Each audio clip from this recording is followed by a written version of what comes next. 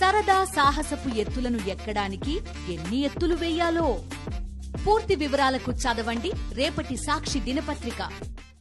తెలుగు సినీ పరిశ్రమకు ఈ ఏడాది పెద్దగా విజయాలున్నాయి. ఈ దశలో నాని నటించిన కొత్త సినిమాకు బాక్సాఫీస్ వద్ద పాజిటివ్ టాక్ వచ్చింది. కానీ వసూళ్లు పెరిగే టైంకు తెలుగు రాష్ట్రాలపై వరుణుడి ప్రతాపం చూపించడంతో ప్రజలు తీవ్ర ఇబ్బందులు పడుతున్నారు.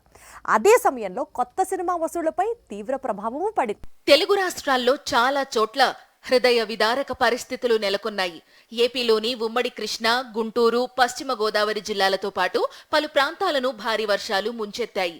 ఏలూరు, గుంటూరు, విజయవాడ జలదిగ్బంధంలో చిక్కుకున్నాయి. గత 2 దశాబ్దాల్లో కనీ విని ఎరుగని వానలతో జనజీవనం స్తంభించింది. ఇటు తెలంగాణలోని వరంగల్, మహబూబాబాద్, సూర్యాపేట, ఖమ్మం, జనగామ తదితర జిల్లాలు భారీ వర్షాలకు తీవ్రంగా ప్రభావితమయ్యాయి. వానలు, వరదలతో ప్రజలు తీవ్ర ఇబ్బందులు పడుతున్నారు.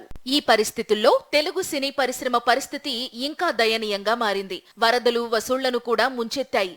గత వారం విడుదలైన నాని చిత్రం సరిపోదా శనివారంకు వసూళ్లు పూర్తిగా తగ్గాయి.